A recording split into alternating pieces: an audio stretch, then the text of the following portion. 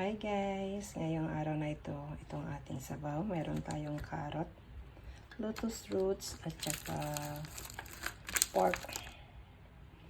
Yan ang ating ingredients. Meron tayong dried squid. Babad natin sa tubig muna. Meron tayong sweet dates at saka dried gizzard. Maalat ito. Kaya babad muna natin sila sa tubig. At meron tayong peanut. Ayan, peanut. Kung wala kayong peanut, pwede kayong gumamit ng ng chestnut. Ayan. Kaya ibabad muna natin ito para sila lumambot bago natin sila gawing sabaw. At meron pa akong natitirang dito, lotus roots sa pag-stir fry ko. Dagdag na lang natin yan dito. Ayan. Mamaya na tayo magluto ng sabaw. Pag lumambot na yung mga ingredients natin. Ayan guys, nabalatan ko na yung ating lotus roots at yung ating carrot. Kaya ngayon hiwain na natin. Ganyan ang paghiwa natin. Yung iba kasi bilog ang paghiwa. Ayan.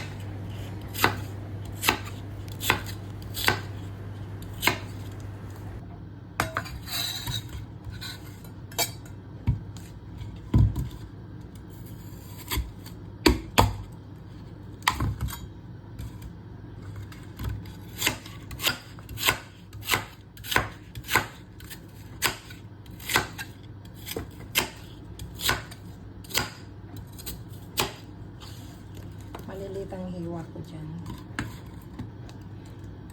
para makain nila ang lotus roots.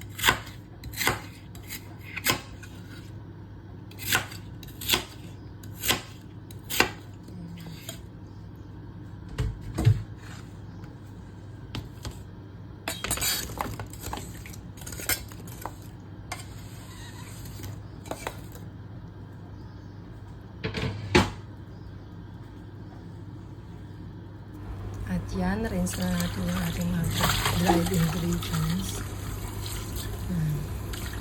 Bago natin siya ilagay sa ating dalawang sabaw.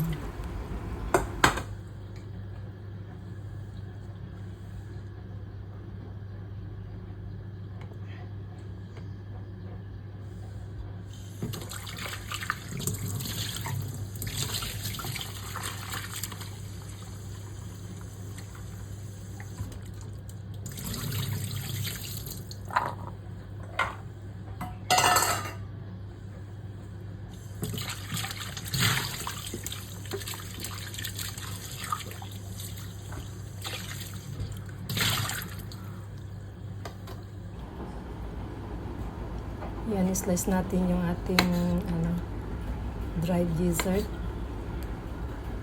Maalat yan, kaya i-slice natin para umana yung lasa niya sa ating sabaw. Pero yan hindi kakainin. Panlasa lang sa ating sabaw. Pagkatapos yan, itapon na natin yan. Pag okay na yung ating sabaw.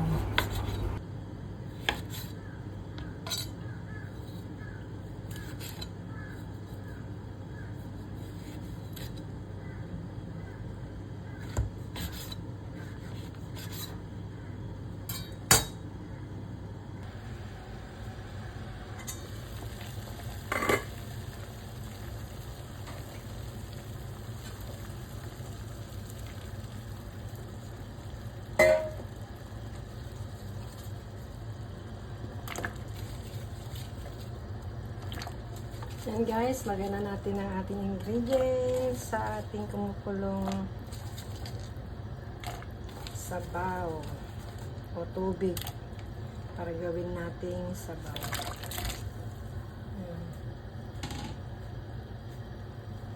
Ito na yung mga ingredients niya, yung peanut, yung dried squid, dried gizzard, at saka ano pa. Yan ang ating ingredients sa ating sabaw. At pakuluan natin ito ng 1 hour. Yan guys. Balikan ko na lang kayo mamaya pag natapos na ang 1 hour sa ating ginagawang sabaw. Ayan.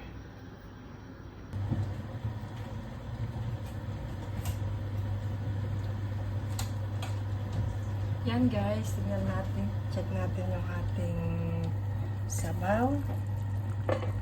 After 1 hour, yan na yung ating sabaw. Lagyan natin siya ng asin.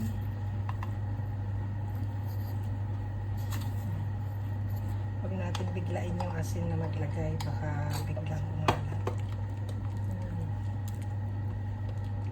Ito yung ating lotus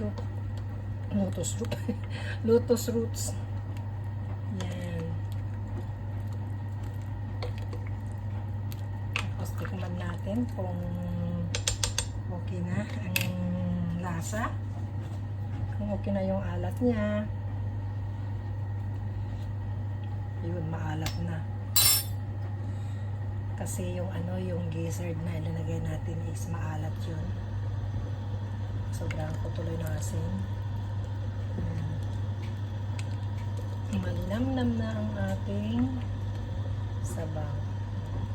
Itong pork pwede rin natin kainin. Ako kinakain ko yung yung mani. Ayan. Yung peanut at saka yung lotus. Kaya hiniwa ko yan ng maliliit para para makain. Yan. Diba? Malinamnam na. Pero pagpakulang ko pa ito ng longer, mas malapot yung sabaw niya. Mas malinamnam. Yan lang guys ang ating sabaw for today. Please like and share my video. Thank you for watching. Tikman ko yung yung mani.